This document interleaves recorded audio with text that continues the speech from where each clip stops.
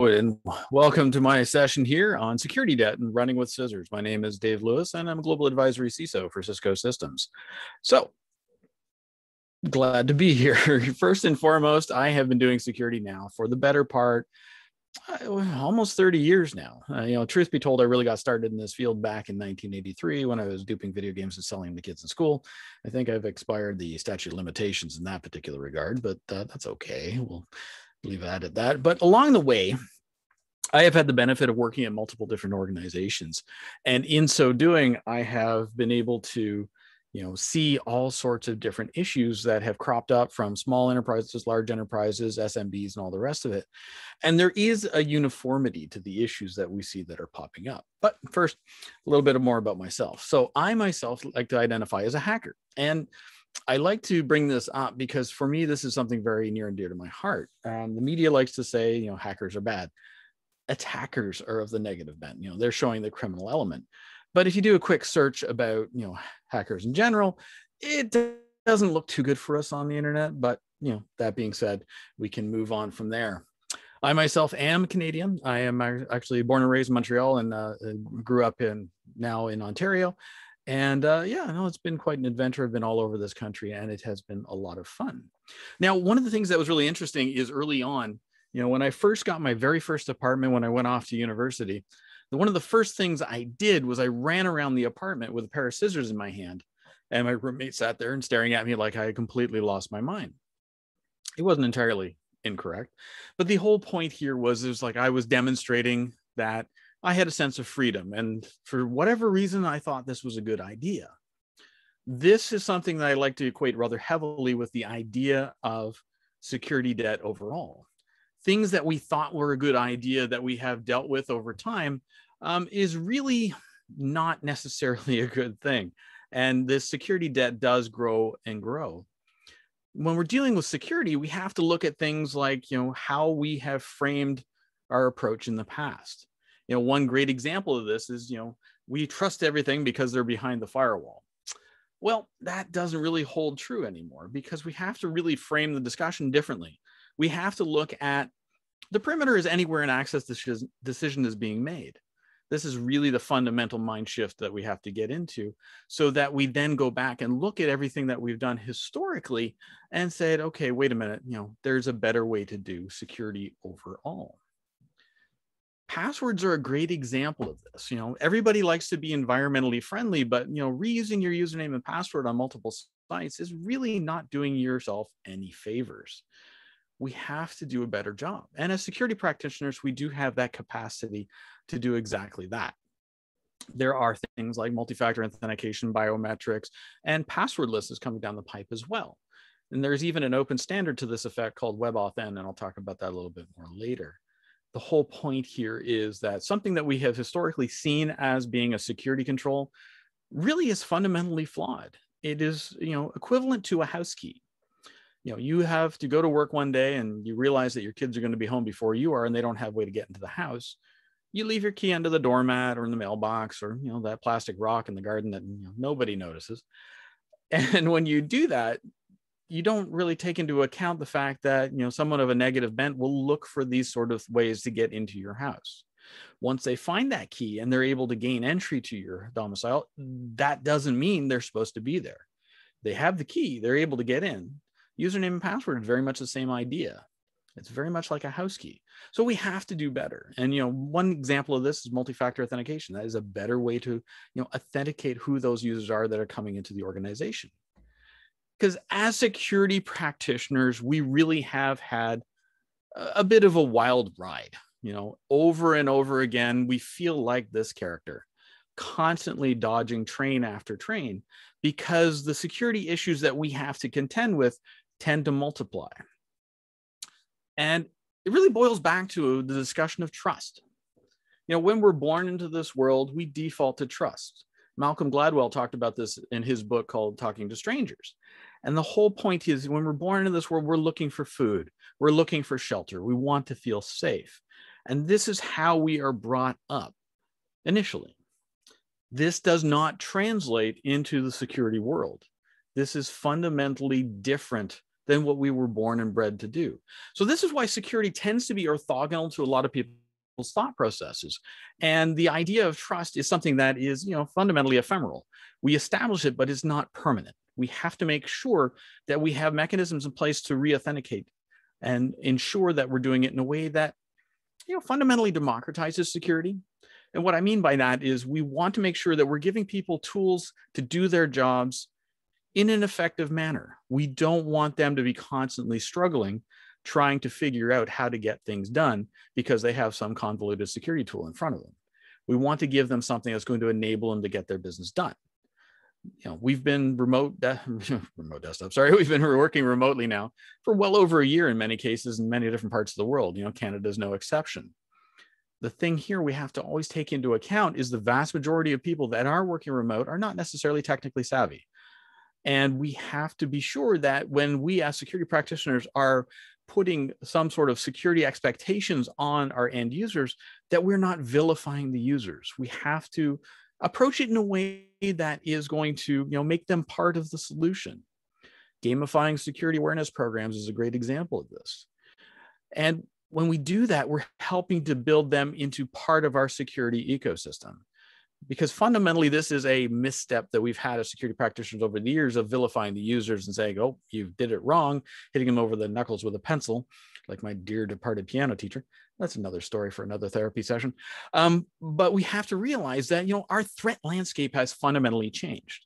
Things that we took for granted in the past have really altered now. So when we're working remotely, it is, not uncommon to have your kids come busting in, or, they're streaming Disney on the internet, and all of a sudden your internet connection drops to a crawl, or, you have a fabric backdrop behind you, and your cat decides it's time to go through it and then pull it down. I make fun, but these are things that we really have to contend with on a continuous basis. So when we're looking at the way things have changed, we also have to reflect back on the way we have done things historically. Because security debt is really about addressing technical debt that has manifested into a security issue. There was a point in time I would look at this as a chronological discussion, something that has taken far too long to address. But as we've seen with examples of different types of vulnerabilities out there, it's not necessarily the case where it has been, X number of years. It could fundamentally, fundamentally be an issue of, it's been a couple of months. And because of some other software package that was deployed in your environment, this in conjunction with something that was, an accepted risk becomes a manifest problem that is far more disturbing than what you would have originally had to contend with. Great example of things that we have to be addressing is, Heartbleed is something that, in 2014, this really hit home. This really drew the conversation into tight focus, because roughly every organization on the planet was using the SSL library in order to secure their web traffic. The problem being here is SSL was written and maintained, well, not written, but maintained at that point in time by exactly 2 people.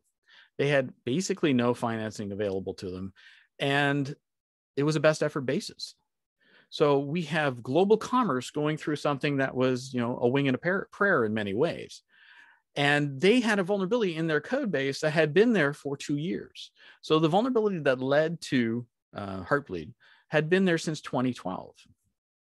These are the kind of problems that we have to be constantly vigilant and looking for, because they're going to happen again and again. This is not to put fear into your hearts. It's put realization that we have to go through and look at these things that we may take for granted and say, wait a second, have I ever gone through and vetted this as being safe and secure? We tend to look at things in a binary fashion when we're dealing with security. So is it good? Is it bad? Move on from there. But when we're looking at these things, we have to look at it in terms of risk. We have a fiduciary responsibility to our organization to protect the data, the people, the intellectual property, and so on and so forth. And it really boils down to risk management. And what kind of risk are you handling? Are you just doing avoidance? Are you accepting risks, reducing, trying to transfer? Transferring doesn't really work all that well, especially when it hits the fan. You still have to contend with it. Acceptance of risk is the one that really bothers me a lot, because this tends to be the one that, a project comes through and then they go, check, yeah, we're going to accept the risk and move on from there, and then never go back to remediate it. This is definitely a concern that we have to be, cognizant of, because this happens in many different organizations. And I've been dealing with this in a full-time job since the 90s. And I've seen it over and over again in multiple different organizations, being either ones I was a defender or other ones that were customer organizations. It happens, but we can do better. And there are ways to do that, because this sort of thing is going to happen over and over again. When we're looking at security risk and security debt within our organization, there's nothing more poignant than the beige desktop. Now, what I mean by that is, it could be IBM, Compaq, doesn't matter what it is, but inevitably every organization at one point in time had a beige desktop in their production environment that was running code written by a summer student that by some magical twist of fate became a mission critical application. And no one could figure out how to port it off onto a production system. So as a result, we had this thing limping on forever in order to get business done. You may laugh, you may cry, but this happens time and again. And I've seen this in multiple organizations over the years. So when we're looking at terms of security debt, we have to go back and revisit what is in our organization. And a lot of this stems back to tackling it from the perspective of, have we done our homework? Have we looked at what kind of assets we have? Do we know what users are in our environment, as well as what kind of applications we're trying to protect? And fundamentally, what is the mission of your organization? Are you making teddy bears or centrifuges? As a result of whatever that determination may be, your risk appetite will change. And your understanding of that will definitely change as well. And when we do take the idea of accepting risk and just hoping that it's all going to go away, this is definitely an unfortunate angle. Because when we just accept it and say, okay, everything's going to be fine, it's never fine. If you're not having a proper risk register to track and mitigate any risks to your organization, you're really putting yourself at a disadvantage, because if you just accept it, sign a piece of paper, stick it in the desk, the idea that it will be taken care of in the future, say you move on to another organization, is pretty low. It's really hard to say if that would ever get tackled. So having a proper risk register to track all of the issues within your environment helps you make sure that you have a keen eye as to what the issues are within your own organization, as well being able to show the auditors what you're doing in order to get to end of job. Because fundamentally, the vast majority of these times where we accepted the risk, it was because of some project that had to be due on a certain day. Otherwise, there would be hell to pay. Which, let's be honest, a lot of times it affected somebody's bonus. I may be jaded. I've been there, done that. But I have seen that far too many times. So when we're looking at, what could possibly be a security debt related issue within our organization, we really have to take a step back and say, what are your business priorities? So I can say, put up a firewall, put this in, put this control in, go zero trust, all the rest of it. Before you ever look at any sort of security technology in order to help protect your organization, you have to realize what is the mission of the organization. What are you trying to accomplish? And in my earlier days, I didn't fully appreciate that within organizations that I worked at. Nowadays, I have come to the point where I'm realizing that by understanding this, it makes me a better security practitioner if I am business savvy insofar as I understand what it is our organization does and what we have to do in order to secure it properly. Because those business priorities are not a one size fits all by any stretch of the imagination. So once you've looked at the priorities, you have to look at what is important in your organization from a business context. Now, many, many years ago, probably about 15 years ago, I was working at one company where we had an intrusion detection system that was erroring out saying there was a AIX vulnerability within our organization. Senior management absolutely got in a twist saying, how is this a problem? How are we looking at this? What are we doing to get to end of job? Problem was there wasn't a single AIX box in the entire environment. That chewed up a lot of resources of people running around trying to fix things. And it should never have been that way. So you have to look at, what is it you're securing in your environment? Are you spinning up, systems to protect against things you just don't have? Or are you having systems in your organization that you have no visibility into? If you don't have that visibility, you don't have the ability to do continuous trusted access where you're constantly iterating through to check for the user's devices and the applications in order to protect your organization. Now, on top of that, we have to look at who are the risk owners within the business. This is always one that has befuddled me in a lot of ways, because there's so many times where, and I've been guilty of this as well, where I had to be having conversations with senior management saying, this is a particular problem for our organization. We have to take care of this, otherwise we get compromised. And nobody could seem to tell me who the owner was of that particular issue. So we had identified a particular risk to the organization, but nobody seemed to know who was responsible for it. And not having a clear delineation as to which part of the organization should be handling what is a bigger problem when you compound the issue of having a risk that was accepted. Because a lot of times the person who accepts the risk is not necessarily someone who has any authority to do so. And this is not casting aspersions against anyone in particular. I've seen this in practice. And we have to make sure that when we are looking at how to handle risk in our organization, that we are, taking the time to ensure that we clearly can identify this. So once we have identified the users or rather the risk owners within our organization, how do you measure the current state of where you are? What do you do to quantify debt? So for me, having, the risk to the organization, I look at it in simple financial terms of an expectation of loss. But when you look at it from your own organization, how do you quantify debt in your organization? Is it an application that you deployed, 17 years ago that's still running that for whatever reason is business critical? That could well be an easy example. But that is really germane to the conversation you need to have internal to your own organization. I can't come and tell you what is the security debt in your organization, because your view and your understanding of it in your company will vary. And it won't necessarily be one size fits all. Sort of like, IDS and intrusion detection back in the old days, it was like, oh, this particular vulnerability is high risk. Not in my company, but it says it's a high risk. The auditor said so. Still not an issue in my company. Why? We don't have AIX systems in our particular environment.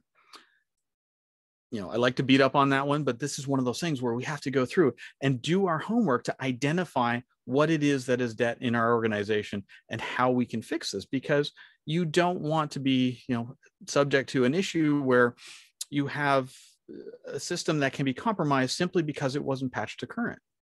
I mean, there's examples of a hospital in Dusseldorf in Germany that was compromised using a vulnerability, and they were patched to current, but unfortunately a 0-day hit, and they were compromised 1 month before a patch was available. This was a very unfortunate incident because it led to loss of life. But the issue here is, how do you have compensating controls? How do you have defense in depth within your organization? Just having that particular system allowing access into the greater environment really did nothing to improve the security of the organization, even though in principle that was the idea. We have to look at it in a belt and suspenders way, but in a seamless manner, if you take my drift. So how do we do this in order to make more of a seamless approach? And once we quantify the debt, once we've identified that, what can we do to improve it? And this is where planning is absolutely essential.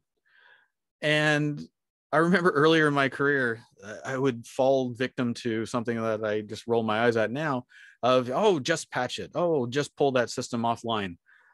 There was one particular system in an organization I was working at that had gone completely nuts.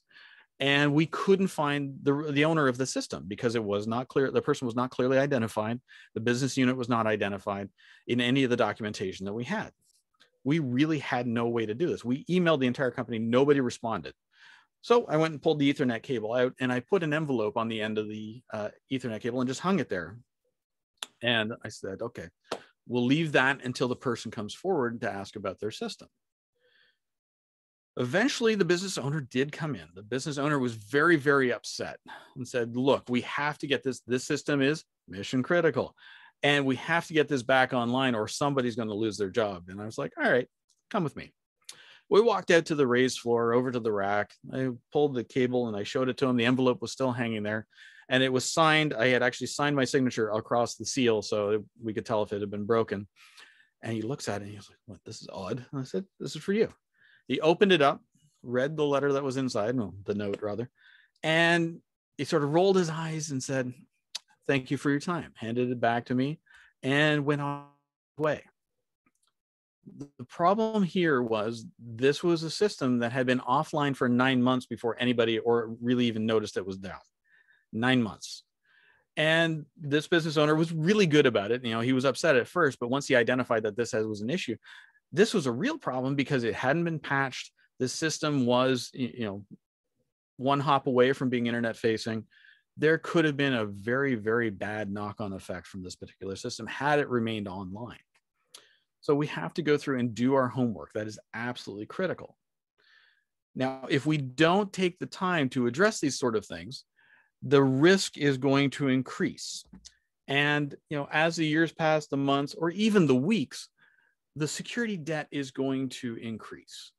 And this is really something you have to constantly be vigilant with, and tracking this in, some sort of centralized system is a great way to do that, so that you have visibility from multiple parties. So you don't have issues like one particular company I worked at where I started there and I said, "Great, where's the asset inventory?" "Oh, that's on Frank's laptop." "Okay, where's Frank?" "Oh, he's on vacation for 2 weeks. He left yesterday." So these are the kind of things that are absolutely avoidable today. And we can do a better job of securing our environments. And if we don't take the time to look at this, and as we add in layers of complexity, different systems that are added into the mix, that particular danger could conceivably grow. And another organization I worked at was a great example of this. We had, and this is a real deal. We had 7 different monitoring solutions from our environment. Now, with those 7 different monitoring solutions, each one was at a different revision of their patching, and there was a great deal of exposure that was available if an attacker was able to get into the internal network. Honestly, it was conceivable that could have happened, but thankfully it did not.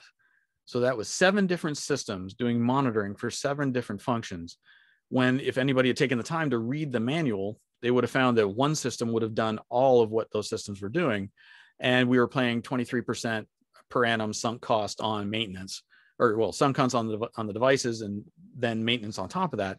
So this was just a giant flushing sound of money going out the window.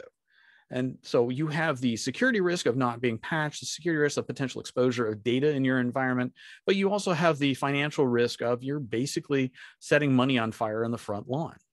And you've got to do a better job, because if we don't address these sort of things, we're going to have new and exciting ways to, IoT. New and exciting ways to cause trouble. The Internet of Things is no stranger to this. Now, when we're dealing about IoT, there are different types of it. When I worked in control systems for 9 years, we really were the original gangsters of IoT, because that was everything we did, and all that telemetry data we were collecting. Now, you flash forward to today, a lot of times when you talk to people about IoT, they instantly go to consumer grade devices. Now, the problem here with consumer grade devices is you have a lot of planned obsolescence built into the devices, because by and large, these devices are made to be fire and forget. There's no way to patch them remotely, no way to keep them current, no way to check them for security issues. It's just about convenience for the user. So they plug it into their home network, they get things done, whatever that function happens to be, and after about 2 years, it stops working. I've had devices like that in the past, and I was very unhappy about it. But these are the kind of things that can cause greater issues further down the road. Now, a few years back, a friend of mine got a baby monitor. He took it apart and said, okay, well, what are the issues in this? He found 7 critical vulnerabilities for this device that would have been internet facing, that would have led to remote compromise. Now, we've all heard stories about, attackers taking over baby monitors and talking to the kids and things like that, but these were very avoidable issues. And then when I talked to another friend of mine who recently did a scan of the entire internet, he found a particular IoT device that was running a deprecated version of SSL. And when I say deprecated, it still had the Heartbleed issue in this particular library, because they did not pull from a current repository and switch the TLS. So these are the things we have to look at. If you can't update the device to current, or you can't manage it from a security perspective, it's really causing a greater attack surface, as we saw with the Mirai botnet. The Mirai botnet was able to harvest all sorts of different devices, mainly through using default credentials. But that's something that is, we can programmatically fix that in relatively short order. There is no reason to have a default set of credentials in a device today. You can fix that. And we all can do a better job there. So when we're looking at this, we want to make sure that we have devices that can be updated, that we're not dealing primarily with devices that have planned obsolescence built into them. And if you have a fridge, as an example, that needs to be internet attached and you unplug it and it doesn't work, why did you buy that fridge? IoT is a convenience, but from a consumer grade, that's one thing. But from an industrial thing with having sensors out in the field and things to that effect, these are all potential exposures back into your organization. And if they are not patched or maintained in some fashion, they could inadvertently cause a great deal of grief for your company in the long run. Like having sensors in the field with their JTAGs enabled, so you could actually get into them and flash the memory or flash the firmware. Yeah, that was a fun one. We'll go through and make sure that we can identify, protect, detect, and respond, and iterate through this. That may not seem like anything all that surprising, but we have to make sure that we have defined repeatable processes to address the security issues that are confronting us. The old way of doing things, the flaming sword of justice, is a deprecated notion. The idea that we can say, oh, how do we get to the answer of no, does nothing to enable the business, does nothing to move the ball forward. And if the pandemic has taught us anything, it is that we as security practitioners get to be the adult in the room. We get to be the voice of reason to help enable the business to do things in a safe and secure manner. We want to make sure that we move away from dated, ineffective approaches to security, because let's be honest, the landscape that we're having to contend with is very much spread out. So the idea of, back in the day, you had the castle wall, the moat, everything was fine, you could control access, really doesn't apply anymore. Truth be told, if we go back to several hundred years ago, when the Visigoths stormed Rome, didn't think I was going to go there, did you? When the Visigoths stormed Rome, they didn't break down the walls, they didn't cause a big firestorm or anything. They just sat there and waited. They used their own perimeter security model against them because they could. Now the Romans ran out of food, ran out of water. Eventually they had to open the gate and said, we give up. And this just shows that the old way of saying, we have a perimeter-based approach really is flawed in the fundamental core of it. And we have to look at the perimeter now as anywhere an access decision is being made, because data breaches are going to happen. They're going to continue to happen. And when we look at things like, AWS S3 buckets, nothing against AWS at all, nothing against S3. But unfortunately, far too often, S3 buckets are being spun up by people with no security understanding whatsoever. I don't blame them. I blame us as security practitioners for not educating them as to what could go wrong. And when they spin these up and they put sensitive data in them, and on the screen it says, do not make this public, and click, oh, suddenly it's public. That troubles me, because that was a missed opportunity for us to get it right. And when people do that sort of thing, they may not realize that there are scanners out there that can walk through and look for these sort of things. So the idea of, the 7 different monitoring solutions is one thing, but if you're setting up an S3 bucket that could potentially found publicly, your window of getting from technical debt to security debt has really squeaked down to a much shorter time frame. And when we look at this and look at things like, passwords, which I was talking about earlier, data breaches, by and large, are using things like weak credentials or devices that had compromised credentials because it was easy for the attacker to do. Attackers will compromise a website and then replay usernames and passwords that they find against other sites in a bid to increase the amount of access that they have, be able to have some sort of financial return for them. So back in the days of AllDOS and Zone H and all those different, and attrition and all those different compromise mirrors where people would break into a site, change the front page and say, greets to all my friends, and put it there on the mirror site, that's gone. Now there is a real economy associated with this where the attackers can get money. So we don't want to make their job any easier than it already is. We have to look at doing things a little bit differently. And this is about getting back to the core fundamentals of what we should have been doing all along. And this is reducing risk in the organization and tackling things that are going to fundamentally make our environment more secure. Network zone segmentation, user management, all the rest of it. Because if we are not going through and continually checking all of these things, the attackers could potentially breach one of our systems and cause a great deal of trouble. So if you're able to iterate through and try to improve all of this, then things will get better in the long run, because none of this is new. This is just a better way to approach things. We have been talking about doing network zone segmentation, user management, device management, data management. All of this is not new.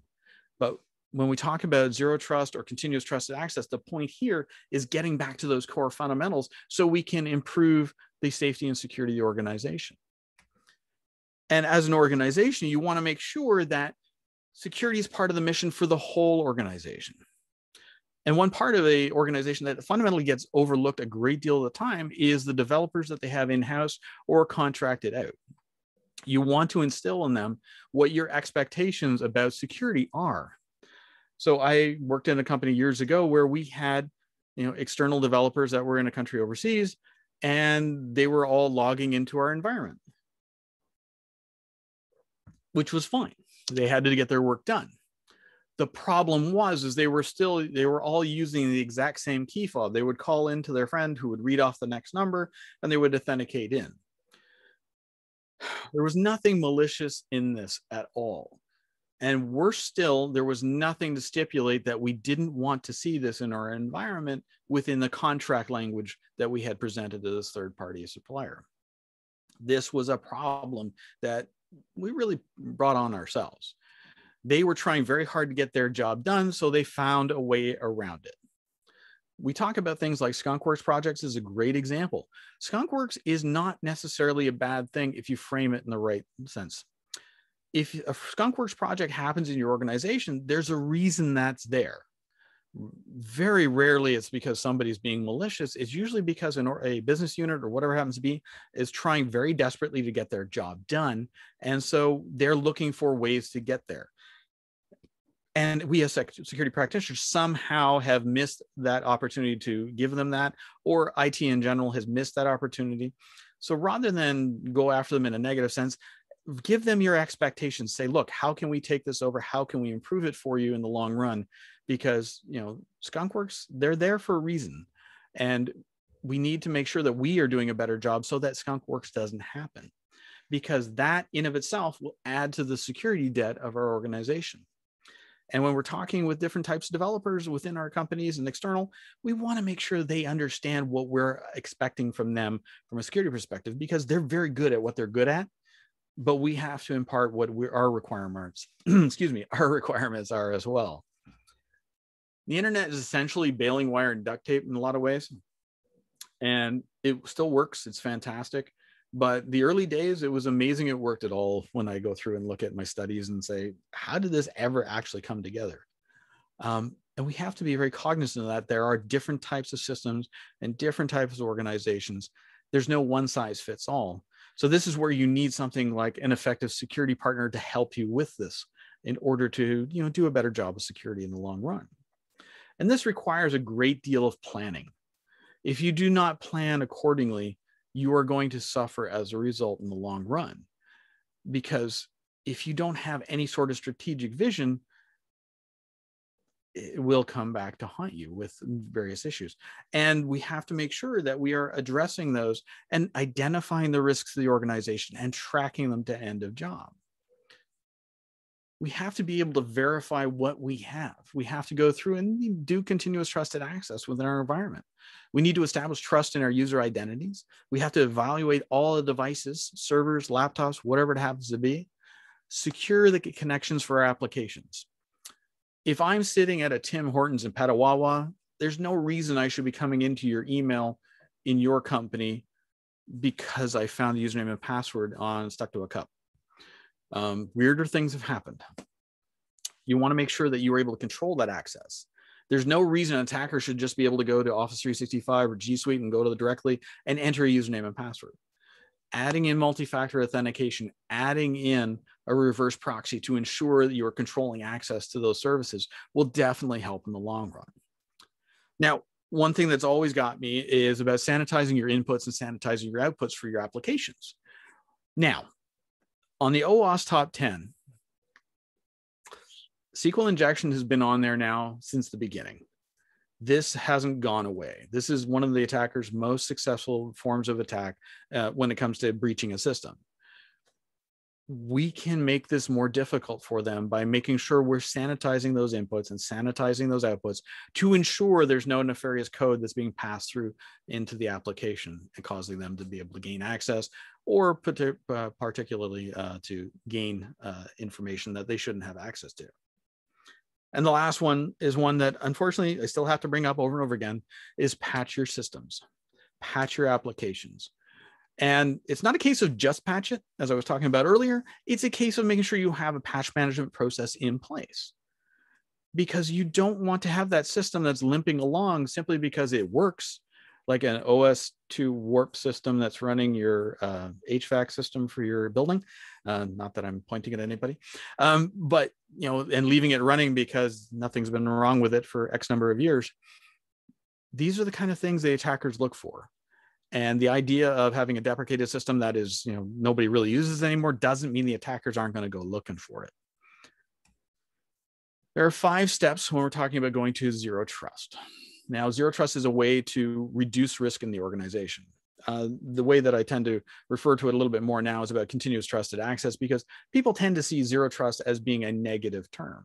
So we'll lean more towards continuous trusted access. So first of all, you want to establish trust in user identities. You don't want to have like an incident I had where I went through in my environment, about a week after I started this one particular company, we did an assessment of all the users that were in the environment.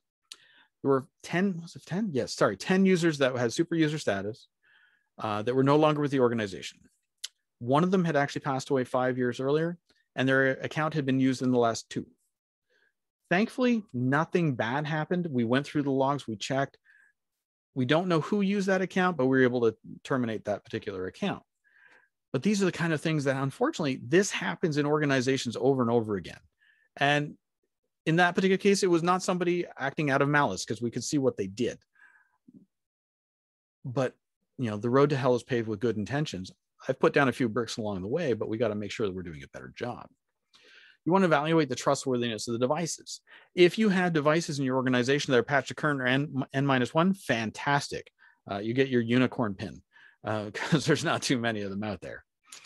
Then you want to enforce user device combination policies on those, because, for example, if I'm working in Toronto, Ontario, or Vancouver, or wherever it happens to be, and they expect me to be there, that's one thing.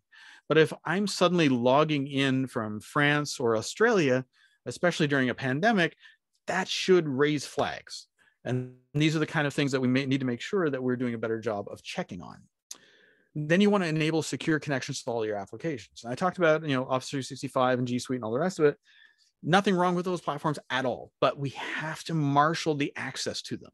We can't just allow them to have Wild West username, password, be done with it and move on, because, the attackers are looking for that as well. And they're looking for ways to purloin that using phishing emails and all the rest of it. Then once you're collecting all of that data, you want to be able to go through and look for anomalies. Anomalous behavior happens. Users suddenly start doing something very weird, and you start digging into it and you realize, well, that user's actually asleep at this time of day. So something is definitely not going quite according to plan. So let's do a quick little login here.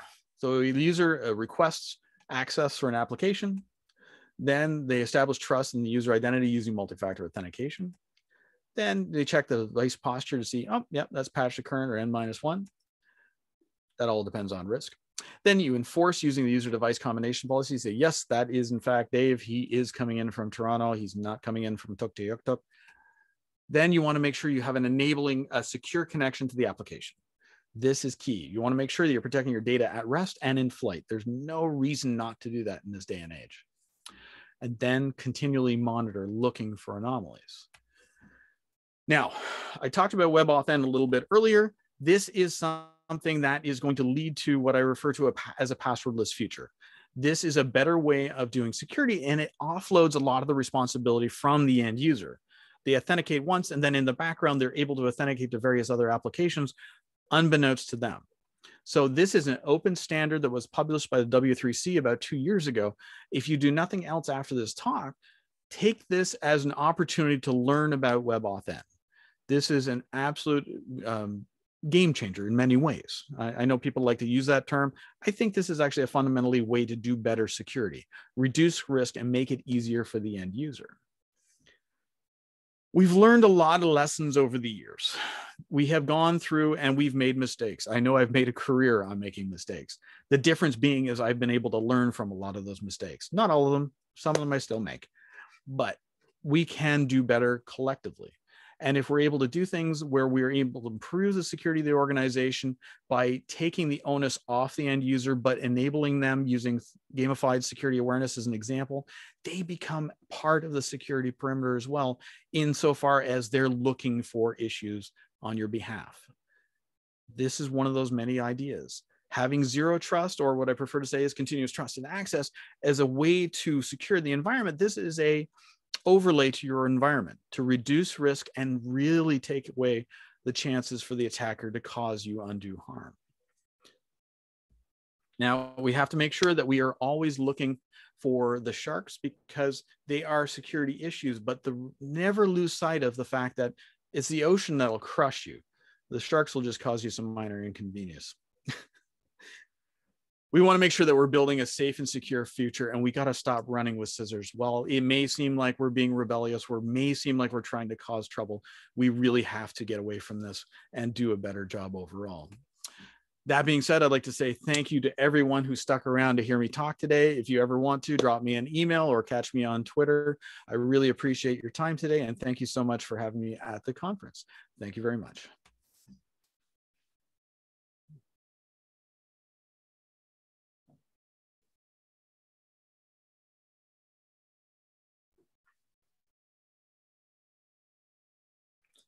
I don't know if we have questions or... Thank you, Steve. All right, if you have any questions, feel free to drop me an email. It's gattaca@cisco.com.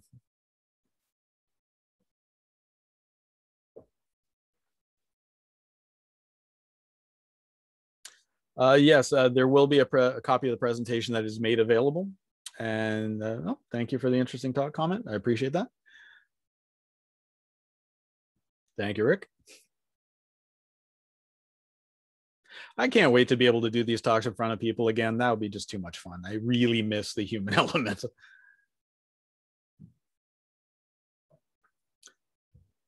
All right, everyone. Well, be well out there.